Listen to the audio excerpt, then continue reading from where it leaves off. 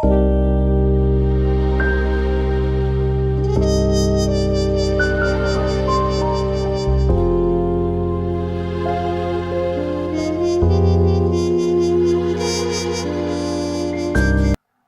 కొంతమంది చదువు నిర్లక్ష్యం చేస్తూ ఉన్నారు. ఇప్పుడు కష్టపడి పునాది వేసుకోవాల్సిన దశలో అందరూ వినండి. పాస్టర్స్కి చెప్తున్నాను, పిల్లలు పెద్దోళ్ళు మొత్తానికి చెప్తున్నాను.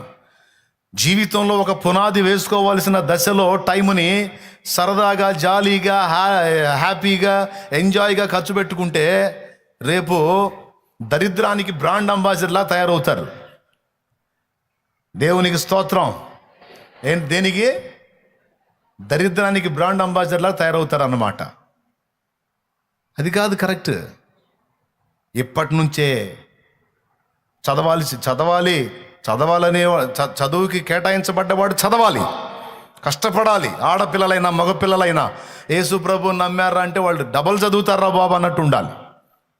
వాళ్ళు సరిగా చదవరు సావరు అన్నట్టు ఉండకూడదు. కష్టపడి చదవాలి, జాబ్ సాధించాలి. దానికోసం మన వంతు ప్రయాస ఉండాలి. దానికి దేవుడు తన కృప జోడిస్తాడు.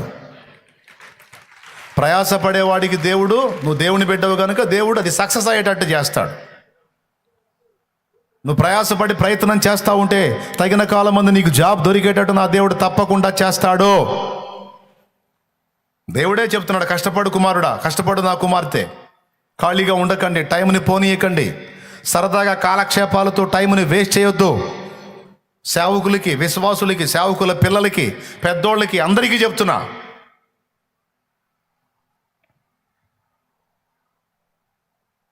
కౌలుకు తీసుకున్నావు పొలం, 1 ఎకరం తీసుకుని 1 ఎకరం సేద్యం చేస్తే 1 ఎకరం పంట, అది పండితే పండినట్లు, లేకపోతే పోయిందంటే నెత్తిన కొట్టేసుకోవటమే కాదు. 4 ఎకరాలు తీసుకో, 2 రకాల పంటలే. అందులో 1 రకం పంటే, 2 ఎకరాలు ఇంకో రకం పంటే, 4 ఎకరాలు. 2 ఎకరాలు పోయినా 2 ఎకరాలు నీకు లాభం వచ్చే అవకాశం ఉంటుంది. వరుస కుదిరినందుకు 2 చేతికి వచ్చినాయి అనుకో, దేవునికి స్తోత్రం.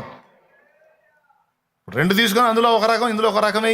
ఇది పోయినా అది వచ్చింది, అది పోయినా ఇది ఉంటుందే. అట్ట కాదు, ఒకటే వేసి కూర్చుంటారు. ఇక వచ్చినట్లు అయితే కొట్టేసుకోవటమే.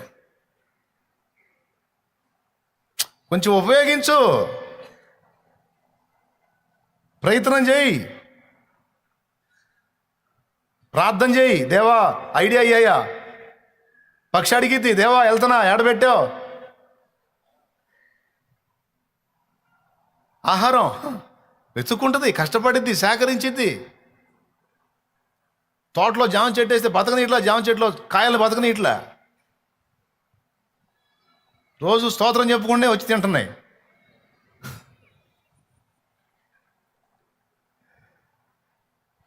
మరి చిలకలు, అక్కడ ఉన్న చిలకలు, దేవుడు ఎంత గొప్పవాడు, తిరిగి లాంగ్ ఎక్కడ జర్నీ చేయలేమని మేము ఎక్కువ, మాకు ఆయాసం ఎక్కువ అని మాకు అందుబాటులో శాలేమన్నను ప్రేరేపించి ఇక్కడ జామ చెట్లు వేసేటట్టు చేశాడు. దేవునికి స్తోత్రం. మంచి కాయలు కాస్తున్నాయి, శుభ్రంగా తింటనే వచ్చి. ఇంత అందుబాటులో పెట్టావు తండ్రి, కృతజ్ఞతలు నాయన, స్తోత్రం. ఎక్కడ దాచిపెట్టాడో నా తండ్రి అనుకుంటా పోవాలి. స్తోత్రాలు చెప్పుకుంటా. ఇంటర్వ్యూకి వెళ్ళు, ప్రయత్నం చేయి, ఉద్యోగ ప్రయత్నం చేయి, వ్యాపార ప్రయత్నం చేయి, పని దొరికేదానికి ప్రయత్నం చేయి. నా తండ్రి ఎక్కడో చోట నీకు సిద్ధపరిచింది దొరికిస్తాడు, నీకు అందుబాటులోకి వచ్చింది. చెయ్యి, కష్టం చేయి. పక్షుల్ని గూట్లో కూర్చోబెట్టి సాకట్ల దేవుడు వెళ్ళి వెతుక్కొని సాధించుకుంటున్నాయి. సేవైనా, జీవితమైనా సోమరులాగా, దద్దమ్మల్లాగా, వెధవమ్మల్లాగా మూలన కూర్చుంటే సాధించలేవు.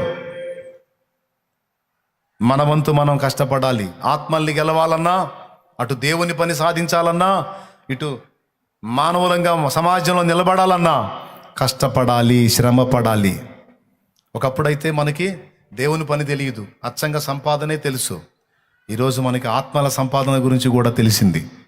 అందుకే ఇటు సేవకులకే కాదు, విశ్వాసులకు కూడా చెప్తున్నాను నేను. కష్టపడి సాధించటం, కుటుంబాన్ని పోషించుకోవటం, కుటుంబ బాధ్యత నెరవేర్చడంతో పాటు మనకి మరో పని కూడా అప్పగించబడింది, అది సేవ. మన వంతు మనం.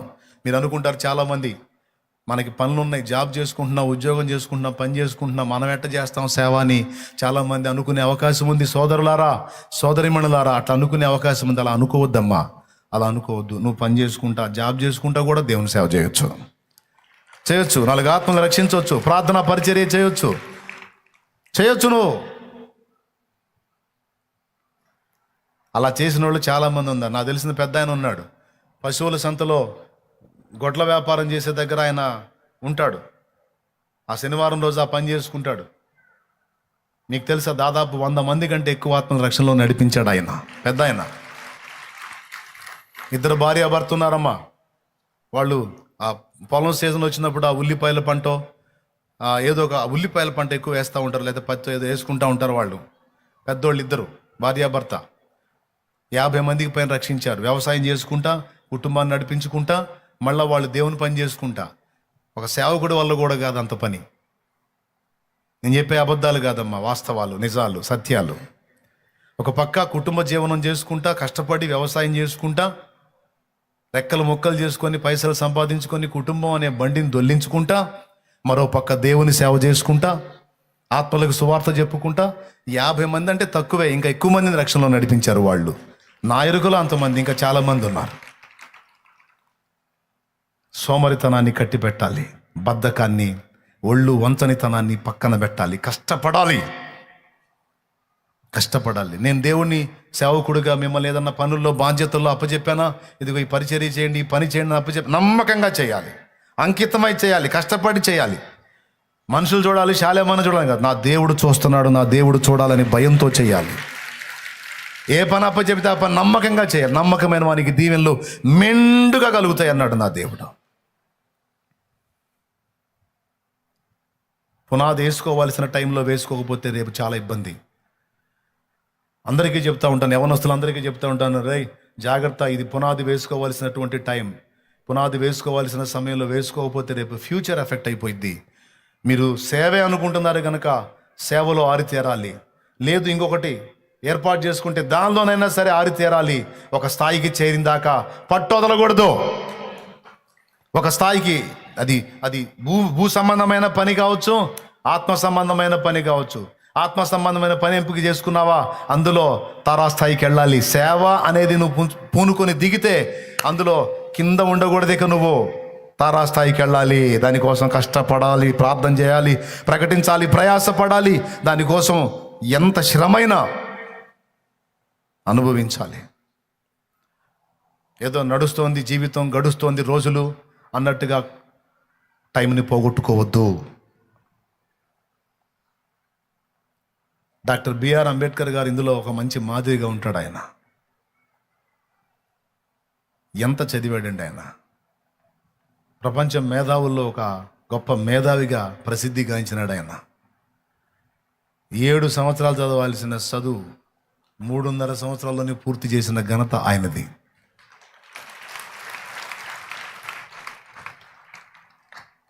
ఏదైనా సరే రెబలే దూసుకెళ్తాడంతే. ఆయన గురించి చెప్పడానికి చాలా ఇష్టపడతాను నేను. ఆయన లైఫ్ను కూడా మాదిరిగా తీసుకుంటాను. కుటుంబం ఏది కూడా, నేను అనేక మంది కోసం నేను బ్రతకాలి అంటే కుటుంబాన్ని త్యాగం చేయాలని, పాపం ఆయన పడ్డ కష్టాలన్నీ కాదు, కన్నీళ్ళు వస్తాయి ఆయన స్టోరీ వింటే. జాతిని ఉద్ధరించడానికి తను అంకితమై కష్టపడి ఈరోజు చరిత్రలో నిలిచిపోయినటువంటి ఘనత డాక్టర్ బిఆర్ అంబేద్కర్ గారిది. చదువు చదువు చదువు ఆయన మొత్తుకొని చెప్పింది అది, అందరికీ మొత్తుకొని చెప్పింది. చదవండి రా నాయన, మీకు దండం పెడతా, చదవండి చదవండి చదవండి చదవండి. కత్తి చేయలేనిది కలం చేస్తుంది, మీకు తెలియదు, మీరు చదవండి, ఏదైనా సాధించవచ్చు అని చెప్పి మొత్తుకొని చెప్పాడు. ఈరోజు ప్రతి ఒక్కడికి, ఆడ మనిషికి మగోడికి cell cell cell cell cell. అరే సేవకుల పిల్లలకు కూడా సెల్లే. అరే ఏం చేస్తావురా నువ్వు పెద్ద అయితే? నేను సేవ చేస్తా. మరి సేవ చేస్తే దానికి సంబంధించినటువంటి రీతి లేయిరా, నీ దగ్గర ఎదుగుదల లేదురా, ఆ విషయంలో నీ నడిపింపు లేయిరా అంటే ప్రస్తుతం సెల్ ఫోన్ చూస్తున్నాను, రేపు గాడిదలు కాస్తాను. ఒరే సెల్ ఫోన్ చూస్తే బేవరసవుడు అవుతావురా, నువ్వు బేవరసవుడు అవుతావురా. నువ్వు దేవుని సేవకుడు ఎట్టవుతావురా, నువ్వు గాలుడు అవుతావు. సెల్ ఫోనే ప్రపంచం అయితే, సెల్ ఫోనే జీవితం అయితే, సెల్ ఫోనే లోకం అయితే నెంబర్ 1 గాలోడు అవుతారా నువ్వు. సేవ చేయాలని రోషం పుట్టాలరా. పట్టుబడితే దాన్ని తాడో పేడ తేల్చిందాక నిద్రపోకూడదురా. రోషం లేని బతుకు నీచంరా, కుక్క కంటే హీనం అది అని చెబుతా నేను. అటు సేవకుడు కొడుకు కానీ కూతురు కానీ సేవకుడే కానీ ఒక పట్టు పడితే ఒక పనికి పూనుకుంటే దాని సంగతి తాడో పేడ తేలిందాక నిద్రపోకూడదురా. మామూలుగా లోకంలో అంటే రోషం లేని బతుకు. ఇప్పుడు క్రీస్తు రక్తం మనలో ప్రవహిస్తున్నప్పుడు రోషం, ఒక పట్టుదల.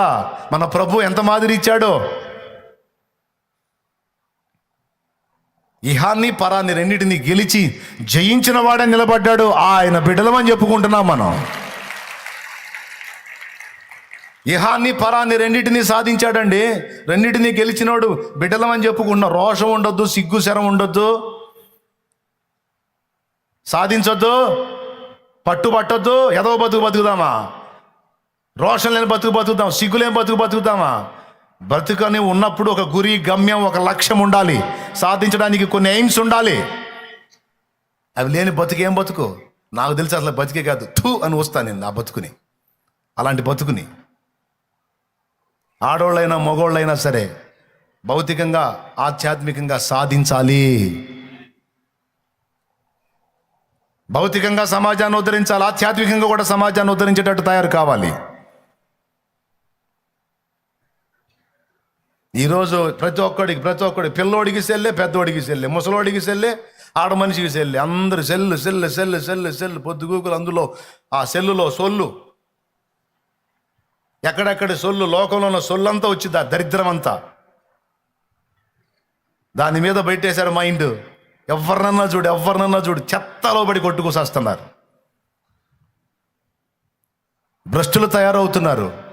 భక్తుల పిల్లలు కూడా భ్రష్టులుగానే తయారవుతున్నారు. సోమరులు, తిండిబోతులు, నిద్రబోతులు, ఒళ్ళు వంచని వారు, నేత్రాశ పాపంలో మునిగిపోయిన వారు, దరిద్రులు రోషం లేని బతుకులు బతుకుతూ ఉన్నారు. ఎవరిని తిడుతున్నావురా బాబా అనుకోవద్దు. ఎవడు ఆ బతుకు బతుకుతున్నాడో వాడిని తిడుతున్నా.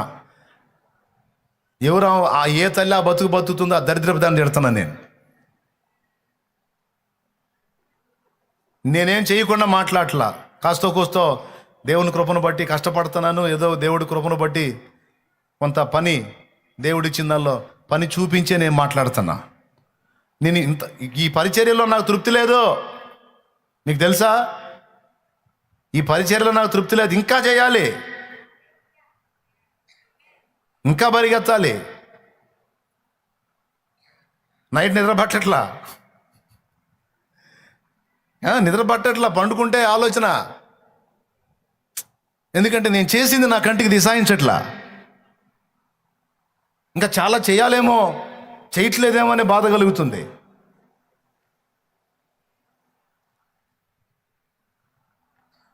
ఒక్కటే చెబుతున్నా,